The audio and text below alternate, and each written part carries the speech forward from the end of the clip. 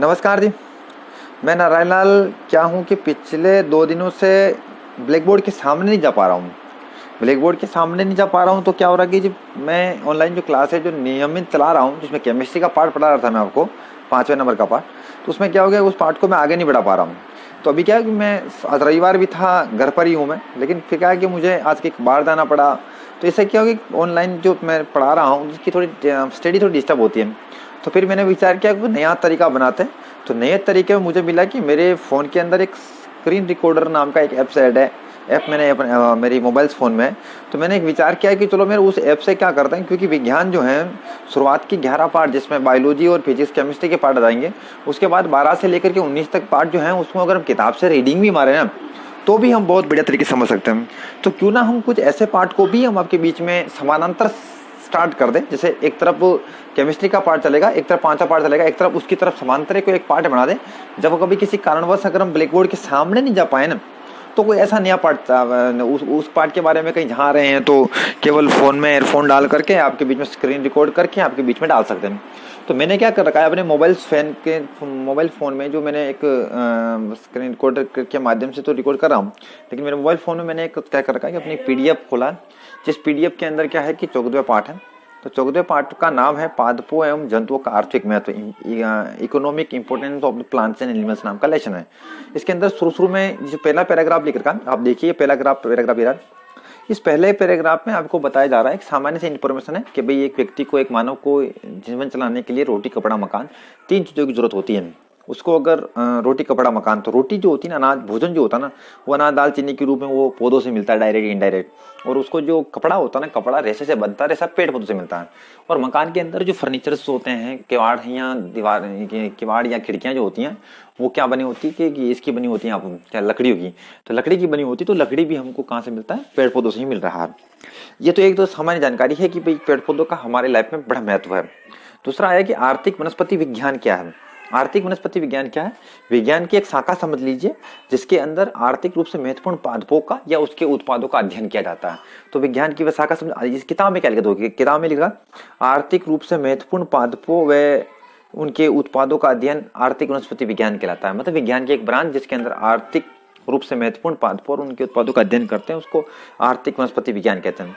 उसके बाद ये जो पार्ट नंबर 14 जो आपको पढ़ाया जा रहा है, उसके अंदर हम खाद्य पदार्थ पढ़वाएंगे, जिसमें हमको अनाज पढ़ेंगे, दालें पढ़ेंगे, तेल पढ़ेंगे, मसाले पढ़ेंगे, पेय पदार्थ पढ़ेंगे, सब्जियों और फल, इनके वैज्ञानिक नाम, ऐसी जानकारी हमको मिलने वाली है। औषधि महत्व के पाद भी इस पाठ के अंदर पढ़ने वाले हैं, जिसमें अश्वगंधा, अफीम, सर्पगंधा, गूगल, सफेद मूसली, इन सब के वैज्ञानिक नाम पढ़ने वाले हैं। इमारती कांच और ऐसे संबंधी पाद भी इसी पाठ के अंदर हम पढ़ने वाले हैं। तो चलिए जी, हम क्या करते हैं, शुरू में आज जो शुरुआत की है, तो शुरुआत में हम क्या करते हैं, ठीक है, आपके बीच में अनाज पढ़ा लेते हैं, अनाज के बारे में चर्चा कर लेते हैं। आज के लिए इतना ही पर्याप्त है कि चलो शुरुआत तो करते हैं कि ऐसा कोई अगर आपको लगे, फिर आप कमेंट में हमारा यूट्यूब का जो चैनल है, उस यूट्यूब के चैनल पर आप लोग क्या करना, कमेंट डाल करके बता देना कि भी ये तरीका चल सकता है क्या, क्योंकि मुझे नहीं लगता है कि इसमें आपको ये ज़रूरत पड़ेगी किसकी, ब्लैक बोर्ड की। ठीक है, तो अनाज के बारे में चर्चा कर ही लेते हैं। ठीक है, तो सबसे पहले हमारे जो अनाज जो होता है वो ग्रेमिनी या पोएसी कुल का मेंबर है। अनाज से हमको मूलतः क्या मिलेगा, मूलतः हमको स्टार्च मिलेगा, जिसको हम कार्बोहाइड्रेट बोलते हैं, ग्लूकोज बोलते हैं। समझ, स्टार्च कार्बोहाइड्रेट का सिंपल रूप ग्लूकोज, वो उसका मुख्य स्रोत जो होता है वो अनाज होता है। और ये हम जो सांस से जो ऑक्सीजन लेते हैं ना, वो ऑक्सीजन फिर वो कोशिका में जा करके उसी ग्लूकोज से क्रिया करके हमें ऊर्जा देता है। ये जानकारी हमको है। ग्रेमिनी पोएसी कुल का मेंबर होता है अनाज। तो हमको लगभग 4 अनाज के वैज्ञानिक नाम मिल रहा है, गेहूं का, चावल का, मक्के का, और ये रहा आपका पेज नंबर 2 पर बाजरे का, इस पार्ट के पेज नंबर 2 पे ना। तो गेहूं का वैज्ञानिक नाम टिट्रिकम नहीं है, टिट्रिकम एस्टाइवम, व्हीट बोलते हैं अंग्रेजी में, तो उसका टिट्रिकम एस्टाइवम उसका साइंटिफिक नेम है। एक रबी की फसल है, रबी का फसल का मतलब सर्दी के दिनों में बोया जाता है। ठीक है, और इसकी उन्नत किस्म भी है। मुझे नहीं लगता अनाज के अलावा किसी की भी उन्नत किस्मों के नाम नहीं आ रहे हैं तुम्हारी इस पार्ट के अंदर। ठीक है, आगे अगर माना कि आप दालें भी पढ़ो, भले आप लोग किसी प्रकार का कोई पेय पदार्थ पढ़ो, भले आप लोग किसी प्रकार की सब्जियां पढ़ो, भले किसी प्रकार का फल पढ़ो, किसी की भी उन्नत किस्म का जिक्र नहीं कर रखा है, केवल अनाज का जिक्र कर रहा है। ये आपको जानकारी होनी चाहिए अगर आप 10वीं के अंदर पढ़ें। तो ये रबी की फसल के रूप में बोलते हैं इसको, और इसकी उन्नत किस्में सोनालिका, कल्याण सोनार और सरबती सोनार है। प्रश्न पूछ ले कि सोनालिका, कल्याण सोनार और सरबती सोनार किसकी उन्नत किस्में है, तो आपके पास जवाब क्या रहेगा, जवाब गेहूं। पूछ ले कि आप आज ने आपने किसकी रोटी खाई है। भाई आप ये सिंपल जवाब मत देने का प्रयास ना करें कि मैंने गेहूं की रोटी खाई। आप क्या है, मैं टीटी का इस टाइम ये रोटी मैंने खाई है, तो साइंटिफिक नेम याद रखोगे तो बढ़िया रहेगा आपको। ठीक है जी। ओराइजा सेटाइवा वैज्ञानिक नाम है, ओराइजा सेटाइवा वैज्ञानिक नाम है राइस का, मतलब चावल का। ये खरीफ की फसल के रूप में बोलते हैं, मतलब जब बारिश गिरता है ना हमारा, उस समय बोया जाता है इसको। ठीक है, पानी बहुत ज्यादा चाहिए। और वर्ल्ड में हमारा जो इंडिया है, हमारा जो भारत है, इंडिया नहीं भारत बोलेंगे तो बढ़िया लगता है हमको, तो भारत जो है वो विश्व में पहला पोजीशन है चावल उत्पादन के अंदर। तो आपको बासमती, स्वर्णदाना, जया, रत्ना और सोना, जया, रत्ना, सोना, स्वर्णदाना, बासमती, ये किसकी उन्नत किस्म है? चावल की। अब ऊपर पढ़ा आपने सोनालिका, कल्याण सोना, सरबती सोनार, ये किसकी उन्नत किस्म है? तो आपके पास जवाब है गेहूं की। और आइजा सेटाइवा किसका वैज्ञानिक नाम है? तो चावल का। अब आगे आगे पढ़े, जैसे आपने कभी कभी मक्की खाई भी होगी, आपको खाने का मौका भी मिला होगा, मक्का खाने का मौका भी मिला होगा। तो जियामेच वैज्ञानिक नाम है, किसका वैज्ञानिक नाम है जियामेच? तो जियामेच वैज्ञानिक नाम है मक्की का। ठीक है, ये खरीफ की फसल के रूप में बोया जाता है।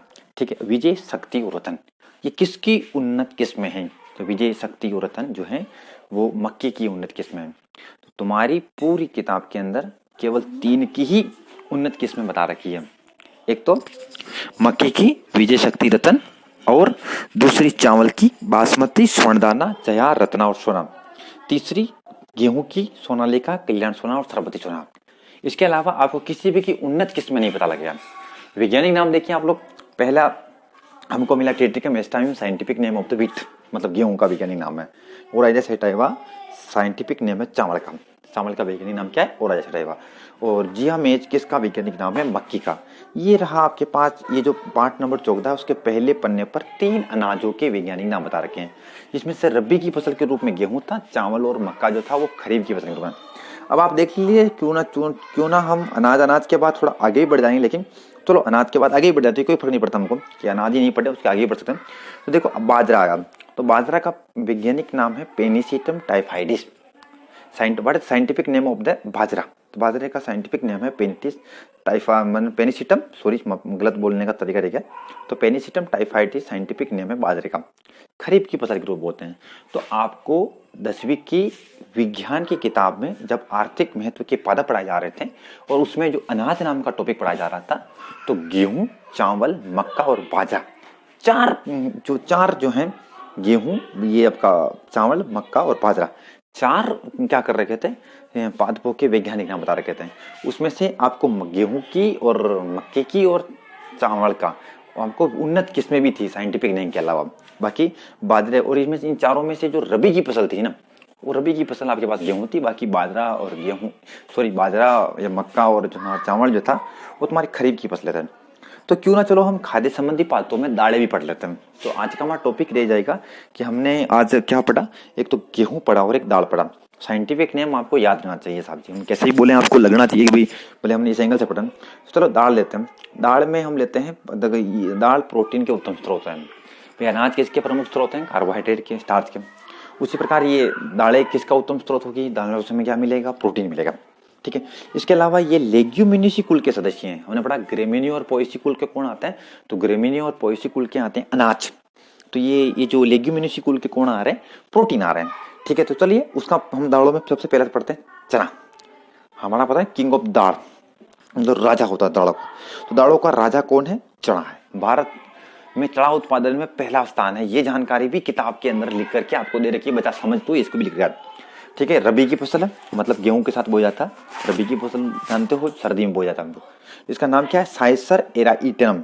तो साइसर एराइटेनम चना का वैज्ञानिक नाम है। वर्ल्ड के अंदर भारत के इसके उत्पादन में पहला स्थान होता है।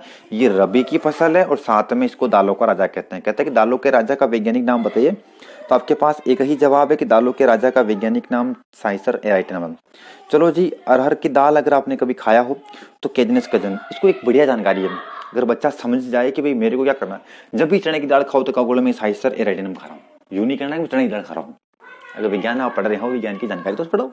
अगर कभी भी आपको अरहर की दाल खाने का मौका मिले तो आप समझो कि आप कैजनस केजन खा रहे हैं। कैजनस केजन खा रहा हूँ सर, मैंने क्या कीटिंग किया कि मैंने कैजनस केजन की ईटिंग कर रहा हूँ, मतलब उसकी दाल खा रहा हूँ। ठीक है, मटर देखिए, हम तीसरा पार्ट है अनुवांशिकी वाला इसी किताब के अंदर, उसका में हमने क्या कि मेंडल ने मटर का पौधा ढूंढा था। उस मटर के पौधे का वैज्ञानिक नाम है पाइसम सेटाइवम। तो पाइसम सेटाइवियम साइंटिफिक नेम है मटर का। ये बहुत लाजवाब है। इसको लाजवाब मैं इसलिए बोल रहा हूँ क्योंकि मटर जो है ना वो आपको तीसरे पार्ट में मिलेगा, क्योंकि मेंडल ने पूरी जेनेटिक्स जो बताई है, आनुवंशिकता जो बताई है, आनुवंशिकी जो बताई है, वो मटर को ध्यान में रख करके बताई है। मटर पर उसको उन्होंने प्रयोग किया था, मटर का पौधा ढूंढ के उन्होंने काम किया था। तो पाइसम सेटाइवियम मटर का वैज्ञानिक नाम है, केजनस केजन अरहर का वैज्ञानिक नाम है, साइसर एराटिनम जो दालों का राजा होता है, जिसका भारत वर्ल्ड में उत्पादन में पहले पोजीशन पर है, जो रबी की फसल है, उस चने का वैज्ञानिक नाम साइसर एराटिनम है। और लेते हैं हम लोग, और लेते हैं तुम्हारा मूंगफली आता है, थोड़ा बड़ा फेमस दाना है, ठीक है, गरीब का काजू बोलते हैं इसको, गरीब समझते ना जी। बाकी तो काजू बादाम खा सकते हैं, लेकिन गरीब के लिए तो ये मूंगफली काजू कहलाता है, ठीक है। इसकी में भी पहला उत्पादक जो है पूरे वर्ल्ड के अंदर मूंगफली उत्पादन में पहला पोजीशन है इसका। और एरेकिस हाइपोजिया साइंटिफिक नेम है मूंगफली का। उसके अलावा अगर हम लें सर्वाधिक प्रोटीन इन पांचों दालों जो मैंने पढ़ा ना, मूंगफली या तुम्हारा चना या अरहर या तुम्हारा मटर इन या सोयाबीन, इनमें से पांचों में सबसे ज्यादा प्रोटीन अगर किसी में पाई जाती है तो पाई जाती है आपको सोयाबीन में। तो सोयाबीन का नाम क्या है? Glycine max. बाकी की चीजें हम बाद में पढ़ेंगे। आज हमने केवल क्या पढ़ा है, आपका ये पार्ट जो चालू हुआ था ना, पादपों व आर्जंतुओं का आर्थिक महत्व में से पादपों का आर्थिक महत्व लिया, और पादपों के आर्थिक महत्व की सिंपल जो रोटी कपड़ा मकान के बाद हमने आर्थिक वनस्पति विज्ञान की परिभाषा के पश्चात खाद्य पादप पर गए, और खाद्य पादप में 4 अनाजों के वैज्ञानिक नाम मैं आपके बीच में रिपीट भी कर सकता हूँ। टिट्रिकम एस्टाइम गेहूं का, जिसकी उन्नत किस्में भी थी, ठीक है, सोनालिया, टिलना सोना, सरबती सोना। और चावल दूसरा आपका अनाज था जिसका नाम ओराइजा सेटाइवा साइंटिफिक नेम है। बासमती, स्वर्णदाना, जिया रत्ना सोना उसकी उन्नत किस्में थी। जिया मेज, मक्की, विजय शक्ति, रतन। इसके आपको बता दें जब पूरी किताब के अंदर किसी भी फसल की, किसी भी अनाज की, किसी फसल की कुल मिलाकर के समझ लो उन्नत किस्मों का नाम नहीं आएगा, केवल मक्की का और चावल का और गेहूं का आएगा, ठीक है। पेनिसिडियम टाइफाइडिस बादरे का था, 5 दालें थी, दालों का राजा साइसर एराटिनम, केजनस केजन अरहर था, पाइसम सेटाइवियम मटर था, और सोयाबीन था ग्लाइसिन मैक्स, और एक और था मूंगफली एरेकिस हाइपोजिया। तो कुल मिलाकर के हमने आपको खाद्य पादपों में से 2 चीजें, एक तो अनाज और दूसरा आपको बताया, ठीक है, ये क्या बोलते हैं उसको, दालें। इनके 5 दालें थी और 4 अनाज के वैज्ञानिक नाम को जानकारी को मिला। तो कुल मिलाकर के आप लोग ये समझिए कि अब ये कुछ पार्ट ऐसे हैं 10वीं की विज्ञान की किताब के, जिसको आप लोग अगर बना कि ब्लैक बोर्ड के माध्यम से नहीं भी समझाए, आपको किताब में क्या लिखा हुआ वो आपको स्क्रीन से आपको थोड़ा आपको क्या हाईलाइट करके भी दिखा दे तो भी बता जा सकता है। तो मैंने आपके बीच में क्या किया, एक वीडियो बनाया। वो वीडियो मैंने स्क्रीन रिकॉर्डर जो होता है मेरे फ़ोन के अंदर ऐप है उसके माध्यम से बनाया, और उसमें मैंने उन पार्टों को चुना जो पार्ट क्या हो सकता है कि मैं आसानी से केवल पार्ट में से रीडिंग मार करके भी आपको पढ़ाऊँ तो हो सकता है। तो चलिए, आपको ये मेरा तरीका कैसा लगा, आपको समझ में आया कि नहीं आया, क्या ऐसा चल सकता है क्या, या ऐसे पार्टों को भी जिसमें आप रीडिंग मारने वाले पार्टों को भी अगर ब्लैक बोर्ड के माध्यम से पढ़ा हूँ तो आप जरूर सलाह देना। अगर ऐसे भी चल सकता है तो मुझे जरूर कहना कि ऐसे भी चल सकता है। और आपको मेरा वीडियो कैसे लगा, आपको मेरा ये तरीका कैसा लगा, वो तरीके पर आप लोग जरूर कमेंट करना, ठीक है। अभी तक भी बहुत से लोगों ने क्या किया है कि वीडियो देख के चले जाते हैं, क्योंकि मुझे जो व्यूज़ देखता हूँ तो व्यूज़ में कहता है कि जो व्यूज़ हैं उसमें 50% तो सब्सक्राइबर जो थे मेरे चैनल को सब्सक्राइब करा उन्होंने व्यूज़ किया, तो बिना सब्सक्राइबर के भी वो 50% यूज़ कर रहे हैं। जैसे मेरे वीडियोज़ को किसी दोस्त ने देखा, 200 व्यूज़ मिले मेरे वीडियो को, 200 व्यूज़ मिले, 100 व्यूज़ तो वो मिले जो मेरे चैनल को सब्सक्राइब कर रखा, और 100 व्यूज़ वो भी मिले जो मेरे चैनल को सब्सक्राइब नहीं कर रखा। तो कुल मिला करके अगर आप चैनल को सब्सक्राइब नहीं किया तो आप सब्सक्राइब करके फिर देखिए तो आपको नया नया नोटिफिकेशन मिलता रहेगा। उसके लिए माफ़ी एक बात के लिए, क्योंकि मैं वीडियो नहीं बना पाया पिछले 2 दिनों से, ब्लैक बोर्ड के सामने नहीं जा पाया।